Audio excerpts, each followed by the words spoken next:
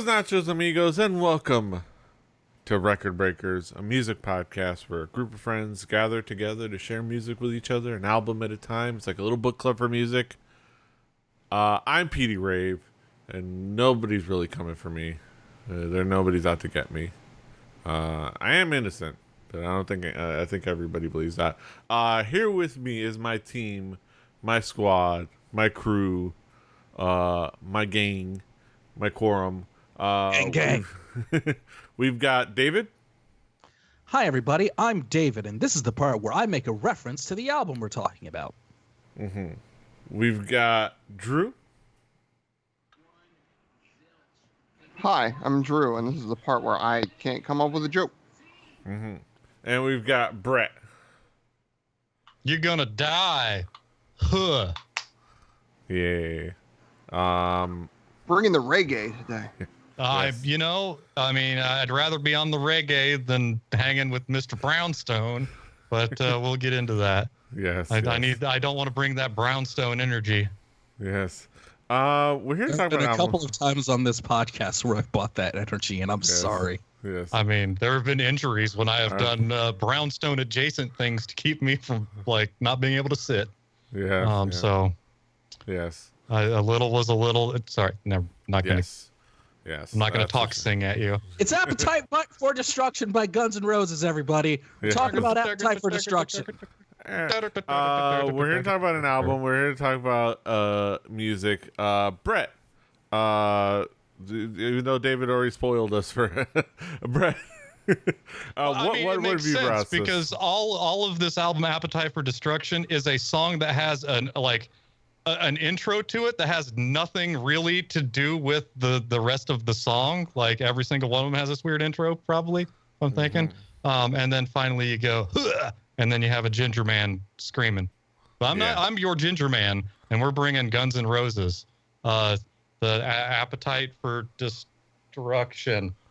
It's that album. It's either in your aunt's CD collection, or you're old like us. So got an uncle that's in his mid 30s. He probably can point you to this album.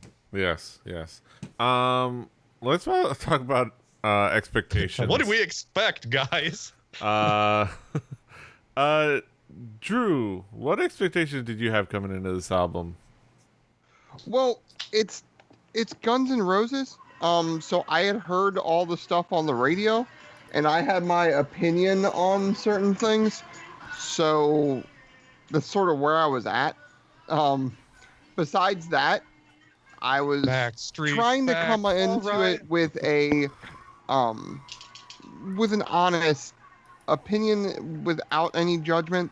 It's hard for me not to have judgment, but dude, this is a judgment. This is not a judgment-free zone. We're gonna have some judgmental opinions about Guns N' Roses. I did work out before the podcast, so I got my judgment-free zone out of the way. Sweet. David, brag. Yeah, David, what were your expectations coming into this album? Okay, I say this with no millennial disaffected cynicism and absolutely zero detached irony. I fucking love Guns N' Roses. I love them with no irony whatsoever. Because there is something special about a band that is so wildly self-destructive and dangerous and utterly batshit that also didn't suck. Most what bands. About Oasis? Most wait a minute. Yes. Most bands that were as self-destructive as GNR pretty much sucked. Look it up. Oasis had their moments. They had their moments. GNR doesn't suck, despite how utterly ridiculously dangerous they were to themselves and others. They managed to be a pretty good rock band, and I've always commended them for it. But Deej, what about the song 1 in a Million where Axl says the N-word? I'm here to tell you right now, I don't care. What? Are we going to try and cancel Axl Rose 30 years after the fact. Shut up. I mean, I think we kind of already. I think he's been canceled canceled for a himself. while. Yeah, Axl right. Rose canceled himself. That's why we don't need to Yes. cancel. Yeah, he already he went and He fucked took care off. of that. It's like, Didn't he jump off a stage one time? Or am I thinking somebody? Yeah. He's I'm sure he as has. much as he might not be trying to fuck off, he's fucking off into obscurity. Yeah. Him and Sebastian Bach doing same sort of shit to fans. Didn't their last tour when they all got back together was like one of the highest grossing tours in the world before the pandemic? Yeah, old people have money. yeah. Heck on that last tour. This is like when Elvis was on his last tour. Man, he's filling arenas too. Yeah. Old Yeah. people want their musics. Yeah. Sing Mr. Brownstone. Yeah. Keep knocking. Keep knocking. Yeah, I was familiar with Guns N' Roses. Let's just say as Have you somebody who's spent, karaoke'd? yeah, as somebody Have you who's karaoke'd? as somebody who's done karaoke for I a have. decade or so. I Yeah. have karaoke Guns N' Roses. I haven't to myself. Old yeah. move. But To yeah. use the typical record breakers analogy, this is not a meatball for me, but I slid into third base pretty comfortably, and Yeah. I'm high-fiving Brett, my third base coach. This was You know, the ball got stuck underneath the pads, like, you know, in the Yeah, in the it warming worked track, out. but you know, it's weird. Yeah. Happens every now and then. I got into third pretty comfortably on this one. Yes. As somebody who's been, like I said, as somebody who's been a karaoke regular and done karaoke for like a decade or so, I'm familiar with Guns N' Roses. I have friends that sang Guns N' Roses extensively in Strangers, How and many times was it Sweet not Child just of David. Mine? a lot of times. Okay. A lot. Any November Rain? I'm sure there was. It's all a blur and a mishmash. I don't know. In my head, there's plenty the of solo Mr. for Brownstone. November Rain is like 7 minutes long. Sounds That'd like be terrible. a Somebody's blur. got to Sure, be the up on short stage, version. like acting like Slash, like out on the middle of a church. If you're, in a when you're field drunk with a enough, helicopter. when you're drunk enough, and Or- and they have a plastic guitar, you're I mean, you're yeah, fine. you got to put a show. Yeah, you know what? Sometimes, sometimes you just that's the part of the fun. But yeah, I'm familiar with the Guns N' Roses and a lot of the songs of this album. But well, it's gonna be interesting to sit down and talk about this album and actually dissect it. Brett, how would you describe this album musically? Yeah, I mean, musically, well, I'll start with the lyrics. The lyrics are profane and it's sex and drugs. It's that kind of rock and roll. It's not exactly what you'd think for an album of this time. It's in that weird, like, middle space between, like, hair metal and grunge. So it doesn't fit any of those. There's no pointy guitars in this. There's no teased hair. Well, sometimes. Hit Parader magazine photo shoots. Sometimes they do things, but like Sometimes you're this is expected from to a do things. For Now I certain want to artists. see Slash with teased hair. well, That guy's too black. yeah. I mean, he could, but He no, doesn't I need to think- tease it. It just teases He'd itself. be just more goes hair than out. man. But like this was a time when everybody was playing like rack mount gear and stuff. And this isn't quite when people were like, "Oh yeah, they're Guns N' Roses. They brought back the Les Paul and the Marshall to rock and roll." And people were playing Les Pauls. Well, during this album, they borrowed an amp that was a modified, like not even modern Marshall, and Slash had to borrow a copy of a Les Paul to play the studio recordings. But it sounds more classic rock than it does metal. Certainly doesn't sound like grunge. Doesn't sound very 90s. yet, It doesn't no. even sound like later.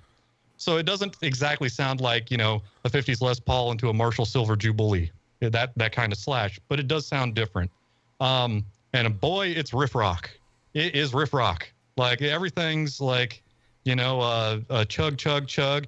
And Slash loves to do those pitch harmonics, or as they're called, squealies, on everything. He's just like, it's a thing where you take a pick and you hit a string, but your thumb is right next to it. So you slightly touch the string with your thumb at a certain place along the string's like length to like find the like where the wave of the it's a cool thing.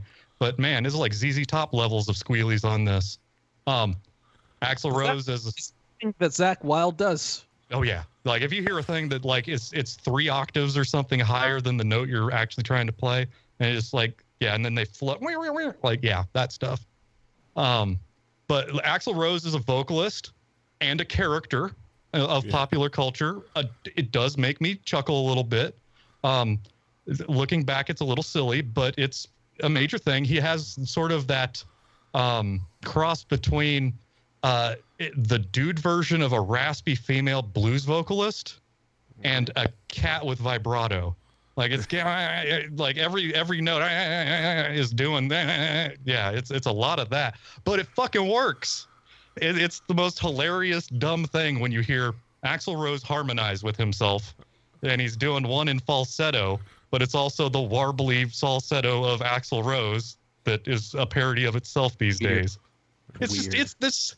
And like, there's also cool bass grooves. There's like drums. There's like they play a damn blues song on this, and they also add like unconventional sounds into your audio mix.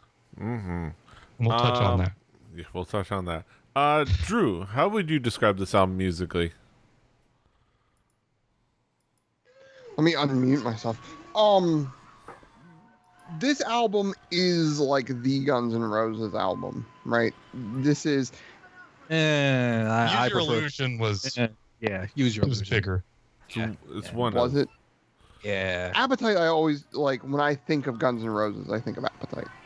Yeah, I mean that's fair. Like that is fair. That is one of the brands. I was more alive for, and present for some of the older stuff. But yeah, this is the go-to. I could agree with that. If like.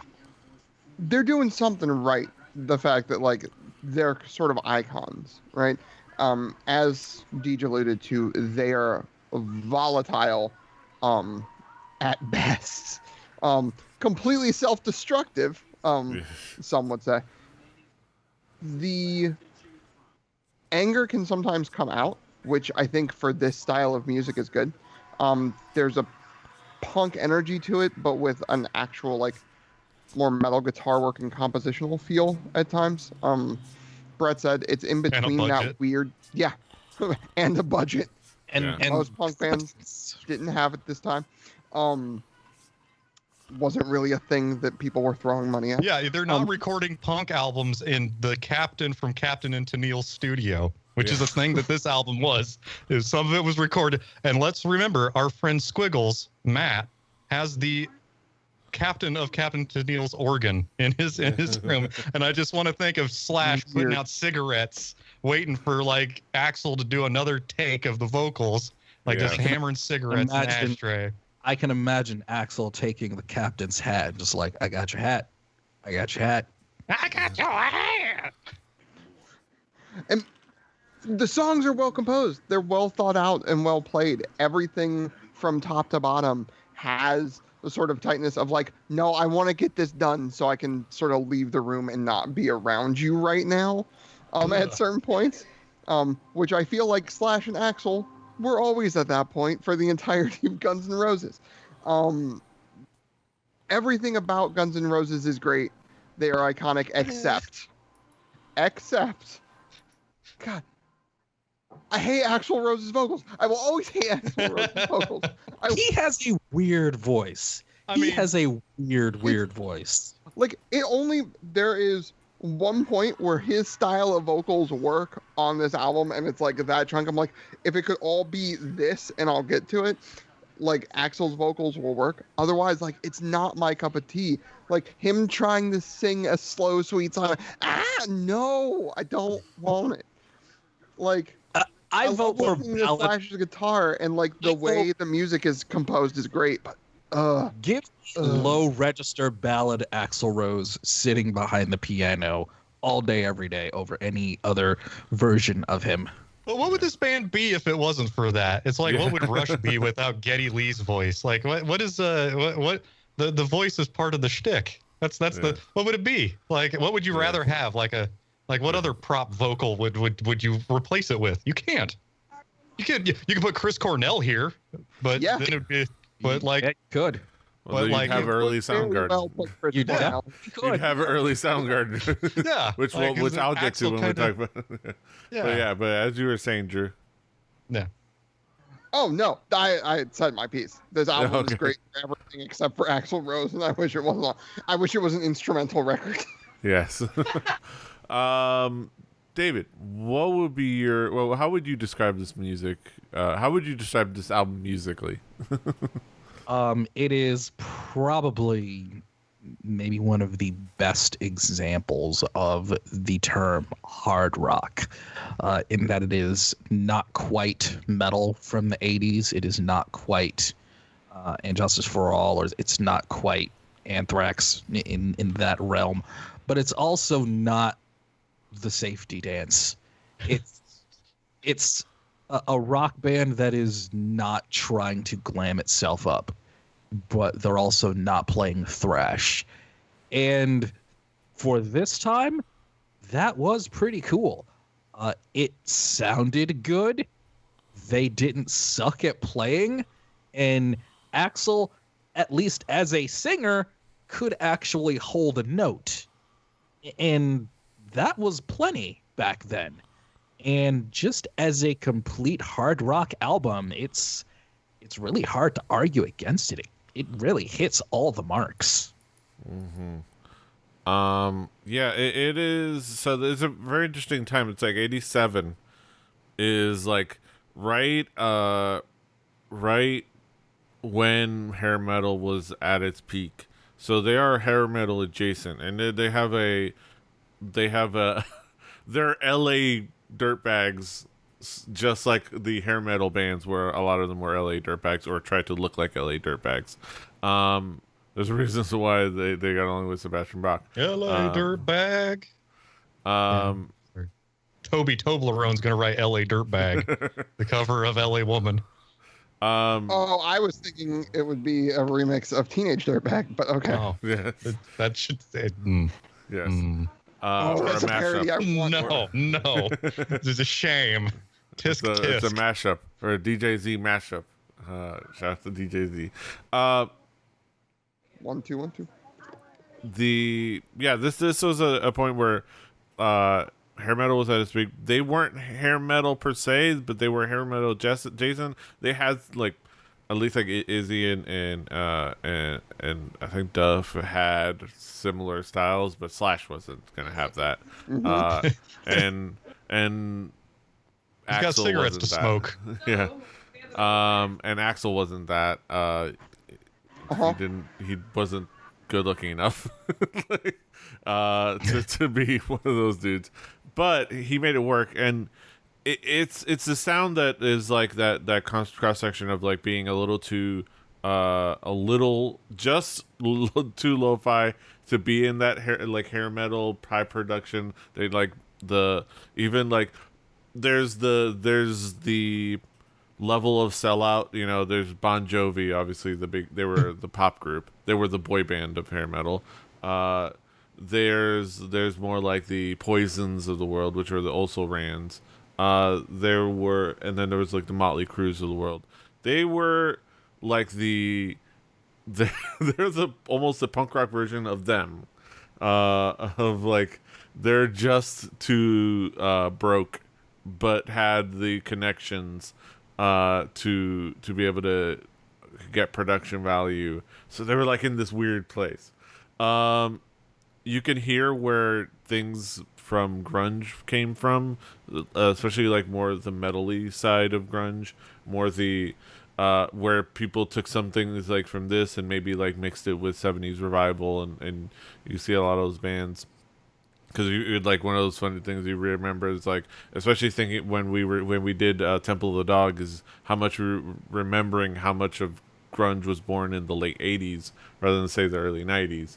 Like Soundgarden was born in 88, and the reason we have Pearl Jam is because the lead singer of Mother Love Bone died, and they were an 80s band. They were an 80s, early 90s band. Like it's. You can see some of those touches here and there. Not necessarily completely the sound, but some of those touches here and there. Some of the... When it's not Axl being full Axl mode, and like the full... When there's actually singing involved, you can hear some of the tones that you could maybe hear in somebody like Lane Staley,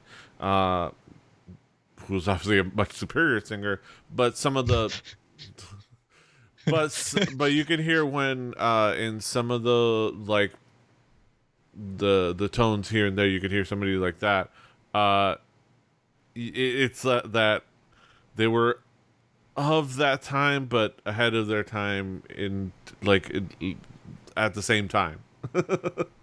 It was like this weird thing. As much as like, especially listening to it now, and like trying to place it in a specific time, because we tend to, especially when we discuss these eras, we tend to conflate. Like we say 80s. Well, actually, no, specifically 87, because like a lot of there's the early 80s or the mid 80s. Just like when we talk about Temple of the Dog, it was 1990, not necessarily like 90s. It was 1990. It was like a specific point in time. So it's when you actually look at a specific time, it's interesting to kind of pinpoint it and pinpoint where it came from, where it goes, and that's, I think, where it sits. This is their beginning of their career, where other like hair metal bands had like a couple, like an album or two deep in, and were establishing themselves, and then they were birthed. They brought over some sounds, and they like crafted this unique, weird, like version of the sound that brought some of the things going forward. As much as any of that makes sense. But yeah, let's talk about some of the key tracks. Brett, what would be some of the key tracks you would zero in on? I'm going to talk about all of the hits. Night Train. It's kind of a blues song, and it's kind of got squealies, and it's definitely about your favorite variety of low-priced convenience store alcohol. You know, that's the Night Train. Mr. Brownstone. It opens with an intro of I Like Candy. And then it goes into the glamours of Banging Horse. It's Riff City. And there's some noteworthy harmonized talk singing, and it ends with Yowza. My Michelle. Also, the intro is straight to the governor of Rifftown, with 3-part chug harmony. Like chug harmony. And it's also got some of the warbliest of Axl Rose. Like he is like they're putting him on like a vibrating chair to get him to get there. But anything goes. Who needs a guiro if you've got a talk box? If you've got a talk box, and you can end your little talk box riff intro with a vibra slap, like that's some Brett shit. Are you gonna tell them they can't? No, because it's also a song about being accommodative in the bedroom, and there's a talk box that's like extremely present. A lot of row going on, and I just like, you don't do that in Motley Crue. And then Rocket Queen. I only put this on because earlier, before we recorded, Daisy was listening to me while she was like cleaning some grapes, and I was like, "What are these? Are the Guns N' Roses song you haven't heard?" And she hears it, and she's like, "Is he singing through a flanger?" And to that, I was like, my wife knows what a flanger is. And also, like, it kind of reminded me of some of the things that Halford did in Judas Priest, where they'd run his vocals through effects. It does not hold up, but it is great. It is not good. It is great. Yeah. And you know, also there's a slide guitar solo that has little clips of people involved in coitus. Yeah. Added to it, which is also a very turn of the 90s thing. This thing's edgy. Yes, so edgy. David, Drew, Drew, what would be some of the key tracks for you? I was going to say that initiative order is going to change all of a sudden. Well, the thing. Welcome to the Jungle. Like, again, it's one of those. When I think of Guns N' Roses, what do I think of? This is like the song to me. It has amazing guitars. It has an interesting and driving drum beat that, for the style, like the tone, sometimes you don't get that in the drums. And you have Snake dancing, Axl in the corner doing his warbly thing. Playing like that flute thing, and he's coming out of a basket. Doing his shakers. hand percussioning like a motherfucker. He's a vocalist. Because he's doing a little bit of that, what you call it, booger sugar? Sweet Child of Mine. Again, a sweet song with Axl. But you're crazy. If I could bottle up the energy around You're Crazy, the breakneck pace, and how this song feel going forward, and make an entire album around that, I don't know if it's the punk guy in me wanting just just do the thing. But there's some of that on Use Your Illusion albums. There's some of that. I like breakneck. I like breakneck speed sometimes, and that it fits. Yeah. David, what would be some of the key tracks for you? Out to Get Me. It is the first song on this album that isn't one of the big singles that always really got me, and I felt like that one was just a really fun jam of a song. The undeniable groove of Paradise City, just those riffs though, and how the verse goes into the chorus, and it has a beat where it stops but then jumps into the chorus, and it stays in a really good groove, and it just works so well. And my favorite song on this album, Mr. Brownstone. I said earlier that I love low register Axl, and that's where he's at in most of this song before the end. So that's a win. Anything Goes. I always like that one. And also Rocket Queen, which I always love to give a shout out to Duff McKagan whenever I can. And you hear him all over this song. And I just think front to back, it's a strong song. And you hear Duff McKagan, and that's a win. So, Deej, question on Paradise City. Good use of a whistle? Bad use of a whistle? Well-timed use of a whistle. Well-timed. There's not a lot of rock and roll whistles out there. This is a rock and roll whistle. It is. But it's only once, so it's okay. Yes. Yeah, and kind of everybody touched on the songs. I will say, Night Train. A tribute to Cheap Hooch.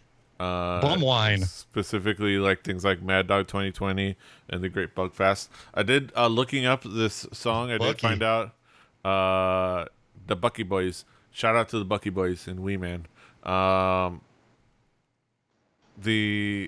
Looking up the song, I did find out that that the unfortunate news that Mad Dog 2020 is no longer 20 or 20.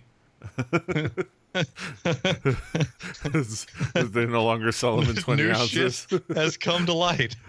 They no longer sell them in 20 ounces. According to Wikipedia, they no longer sell them in 20 ounces, and they don't contain 20% alcohol anymore. So they're no longer 20. But they're still 20. Mad Dog. Hey, Well, this technically fortified. they never were Mad Dog 2020 because it's MD30. Yeah. But it's I don't know. We're bringing information. We're educating the folks out guys there are on going. Record Breakers. You guys are going all over the place. Yes. Mr. Brownstone. Kind of like Guns N' Roses. Yeah. Kind of I mean- like Guns N' Roses. Mr. Brownstone, a song about heroin. Yes, because you have to have songs about heroin in any time between 85 and 90. 1991, 92. 90. I'm gonna go with 95. Call it a hunch, but I Songs bet about Mr. Rose has cocaine met and Heroin. Yes. everything. They're heroin, doing the yeah. entire Saturday Night Live platter. 85 to 95. You gotta have a song about heroin. It's just that after 91, they just got lame. Sadder. Sadder. Sadder Got and sad. lame. The do-rag went all the way over the bald spot, and Yes. it got sad, and there's more piano. Paradise City. Looking up. I think one of my favorite things is looking up and according to Wikipedia, finding out Slash's alternate line for the alternate hook, where he wanted to sing the line where the girls are fat and they've got big titties, which I mean, I have to Sure. appreciate, which I Slash. appreciate. I think appreciate for the body positivity aspect of it. You know, you gotta appreciate people of all sizes and shapes, and they're all beautiful. My Michelle, it just is the fact that I love that they just knew somebody that told them I want a song made about me, and they did it. That was a great song. They wrote My Michelle about me. It's like, and then Those are some great lyrics. And she apparently liked it because it was actually accurate about her life. It's like, yeah, this is a song about me, and it's about the shit I went through. It's like, yeah. Apparently she's better now. But yeah, let's bring it back around the horn. Talk about some conclusive thoughts. Drew, what would be your conclusion on this album as a whole? It's an album where, yes, I have my qualms about Axl Rose as a vocalist, but it's an icon for a reason. They're well known for a reason. It's one of those things where it's not my cup of tea, but obviously it works. And obviously they're doing something right to sell as many records as they did and be sort of the icons of a time in music that was really weird. But it makes sense. There was a certain magic with this group of guys that obviously didn't happen again. Buckethead be damned. Because they would have killed each other. Yeah. I mean, Chinese democracy, not a great. Not bad, but not great. Terrible. Not terrible. It wasn't. It wasn't like the first two though. Like it's not. It wasn't changing music the way that they were. But the dreadlocks, the glue on dreadlocks.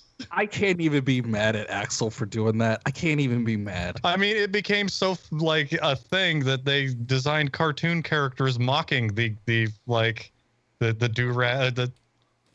It's he is such a trendsetter, such a and it makes sense. Like, yeah, of course Axl Rose would do that. For good or for ill, yeah, that's Axl Rose is a trendsetter. Yeah, I love him for it. I'm glad Axl hasn't changed at all. Yes.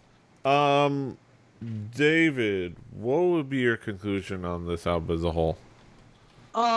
It's not as epic and sprawling as the Use Your Illusion albums, but you'll find a lot of really good, fun rock here. And the album artwork is great, and you hear Axl at his most disaffected and antagonistic, and it's just fun. The riffs are good, the production is good, the snare drum sounds like a snare drum, which is always a win. And yeah, they're good. They managed to put out 3 really good albums without completely falling apart. I have no strong opinion on GNR Lies. I don't really feel any one way about it. But yeah, Appetite for Destruction and the 2 Use Your Illusion albums. And this one, yeah, just good all the way through. Yeah. This is a fun album to listen to, especially if you can get past the Axl Rose's Axlness, his full axolity. That's the fun of it, though. Exactly. That's the fun of it. If you can get past that and you can appreciate the fun of that, it's an enjoyable album. I enjoy listening to it. I enjoy listening to Axl's ridiculousness just because it's fun. The riffs are fun. It's fun to sing along to. It's fun to sing at karaoke. It is a fun album, and it is a style, and I can appreciate for multiple things. I can appreciate that, through maybe 1 or 2 extensions, Guns N' Roses is responsible for one of DJ Tanner's better love interests, which is Viper. Shout out to Viper.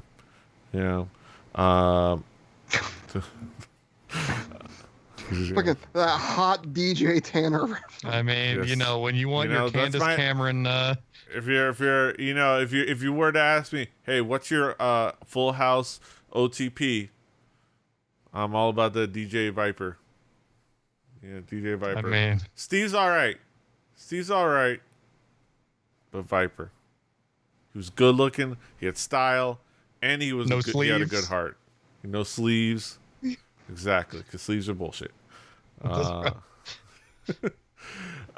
Brett, what would be your conclusion on this album as a whole? I mean, part of the reason I brought this was because I saw a photo of Guns N' Roses and I looked at them and I was like, they don't make them like that. They don't make them like. There are two guys who ran away from Indiana, that ended up in this. How the fuck Slash came about? Let's kick this guy from the New York Dolls out of our band, or have him leave because we're assholes to him. And then Slash shows up with his cigarettes and his top hat, and no gear, and they're like, "Cool, let's take L.A." I kind of think that's cool. It's dumb as hell in so many ways, but I love dumb as hell. But It's dumb as hell in the way that you can look back at and be like, Aunt Susie was dumb. She thought people thought this was the devil. This was the worst thing in the world. This is going to cause the destruction of children, humanity. No, it just became funny, and we make fun of it, and we enjoy it as a parody of what it was trying to be, and it's cool. They Like, also thought Twisted Sister was the devil, so I am the one saying is real dumb. no irony whatsoever. None. Well, I don't expect the world to be Deej, so you can at least enjoy the riffs and the funny. Sitting on this roller coaster that has explosions on it, and my hands are up. I mean, any album that has a song that ends with so many guttural huhs and Yes. it's going to bring you down. It's endlessly enjoyable for that, and people are going to make fun of it or have fun with it, like we have fun with Satchmo. It's one of those. So enjoy it for what it is, and don't take it too seriously. It's a bunch of weirdos from LA. LA dirtbags. Yes. Also, I did a cursory look to see if Viper had returned to the Full House reboot, Fuller House. Apparently they did, but I also found out some rather worrying information. They replaced the actor who played Nelson with Hal Sparks, and I don't like that. I don't remember Nelson. Nelson. Did they replace Becky with? Did they replace Becky yet? Because I don't know. Is she going to prison? I think that that show is already finished. Always more of a Stephanie guy. Jodie Sweetin. That's my girl. Yeah, Jason Marston. Yes. I'm with Deej on this one. Yes. I would go party out with her instead of hanging out with Candace Cameron. I will say I watched the first season of Fuller House. Not to get into the full tangent. I did. Let's go. And it's not good, but neither was Full House. No, it wasn't. And what you do lose is the main three actors. You lose the improv skills and comedic ability. 'Cause the three leads don't have them. But I will say I did appreciate that they included jokes about Jodie Sweetin's massive tracts of land. It's just the full development. But yes, those are our thoughts on Guns N' Roses. Fuller House. But I'm bummed. Fuller House. Those are my thoughts on Fuller House. I haven't watched the other seasons. If you're thinking my thoughts on 90s sitcom. What are your thoughts on Kimmy Gibbler? She went on a date with. I will always have a disdain for Kimmy Gibbler because she went on a date with Nelson. Like the name Deej. I don't like it. Yeah, I mean you can't. Yeah, I'm sorry. You could have told me a year and a half ago. Sorry. Yeah, too bad. Yes. We get this information too late. Sorry, Deej. That's all right. Let's. You're the one that let's. puts JM as your Twitter handle. Like some of I mean, us. It's the three initials. yeah. D J. I know it is, but like, you didn't want me to think of it. Like What? D. I still call and Patrick P. Swagger all the time, so like, I don't know what to tell you. We have a pal Patty named Squiggles. McSwag. Patty McSwag. Wasn't that Jessica's fault? Yeah. I feel like that Yeah. was Jessica's Yeah, it was fault. Jessica's fault. A lot of things are Jessica's fault. A lot of things are Jessica's fault. Who is that? Whose fault is the swagger, though? It's all of our his fault. fault. Again, guys, I've blocked a lot of stuff out in my life. Yeah. Who is Jessica? Curly's sister. Jessica Pants. I'll take your word for it. Yeah. But yeah, before we get into too much insider talk, let's get down to our main event of the evening. I remembered this time. We get to our haiku reviews, the moment we've all been waiting for. Let's get down to the nitty gritty. Haikumero numero uno. The old Let's get started. 575. Yeah. Drew, what is your haiku? I can't help myself. It really isn't for me, but I can get it. David, what is your haiku? Some fun ass rock songs from a batshit crazy band that was always good. Yes. My haiku. Hard rock anthems for self-destructive appetites and LA dirtbags. And last but not least, Brett, what is your haiku? Rock and roll history. And at times a bit silly. Give me some reggae.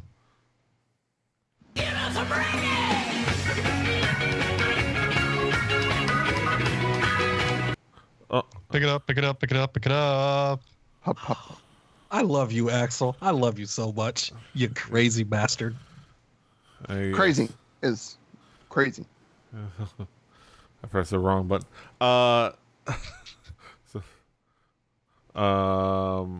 But yes, those are our thoughts on Guns N' Roses, Appetite for Destruction. Okay, I'll go home in a minute. Yes. Those are our thoughts on Guns N' Roses' Appetite for Destruction. You can, of course, find it on our Spotify playlist. Play Record Breakers, a home game. Do your due diligence and your due diligence. Play Record Breakers alongside us. Follow along with us. Do your homework. On that Spotify playlist, you'll find next week's record, and it's going to be provided by Drew. Drew, what have you got for us next week? Okay, so I'm gonna ask a question of everyone but you, PD. So the first one to answer it wins between David and Brett here. Do we want to do a band that we haven't done, or do we want to revisit a band with a new album? New album. Band we've done Yeah. before with a new album. Final answer. All right. Yep, keep so it fresh. Lock it in. we're going to go back to a band I brought up before, a band that was introduced to me thanks to the girl sitting behind me back when she was still living in Texas. This album was put This out. is Machine Gun Kelly, I swear to God. Oh No. God. Um, I was worried so- there for a minute. So the thing about this one is that February of 2020, their bus was in an accident. They finished this album in the middle of the COVID-19 pandemic. They put it out on February 12th. They are taking different influences than their first record, which was way more 80s synth inspired. This is Pale Waves with Who Am I? So look forward to that. That'll be on that Spotify playlist pretty soon. So go check that out. But that'll be next week, and this is this week, and you can of course find us all over the internet. David is at Call Me DJM. Brett is at HeyBBBird, HIBBITYBIBBARD. Drew is at Extrusive for X. I'm at PD Rave. The show is at 4 Record Breakers. That's the number 4 Record Breakers. RecordBreakersPodcast.com. RecordBreakersPodcast@gmail.com. Rebelli.net for this and other shows. Rebelli TV on YouTube and on Twitch. Check out the schedule on our bio there. D&D on Tuesdays with Through the Tomes. Record Breakers on Wednesdays with our music podcast, which one you're listening to or watching right now. Space Trucking on Thursdays. We're doing Starbound now. Fun times. I do Let's Plays on Fridays and fuck around on Mondays, so check those out. Also check out on the streams or away from the streams. We're also trying to raise what we can to help out Able Gamers charity. We're taking part in Spawn Together, as you know, the Rebelli TV is trying to raise a little bit of money to help out Able Gamers through Steven Spawn's really great drive. It's a great drive. It's a great cause. Able Gamers. It's for accessibility. Help with disabilities, help with accessibilities in gaming, so that everyone can play regardless of physical or any kind of physical ailments and ability level. A lot of great advocacy, a lot of great work. So whatever we can raise for them, it's going to be available at the wonderful for our campaign, the wonderful site YOLO420.com/rebellispawn, RABELLY spawn, as in spawn on me. Another great group. YOLO420.com/rebellispawn, or hit bang donate on any of our streams. Yes. It's up there. It's up there. But yeah, check it out. That's it. Share, like, subscribe, do all the things. Until next time, hasta los huevos. It's gonna bring you down. Toodaloo. Rebelli Podcast, baby! Wow.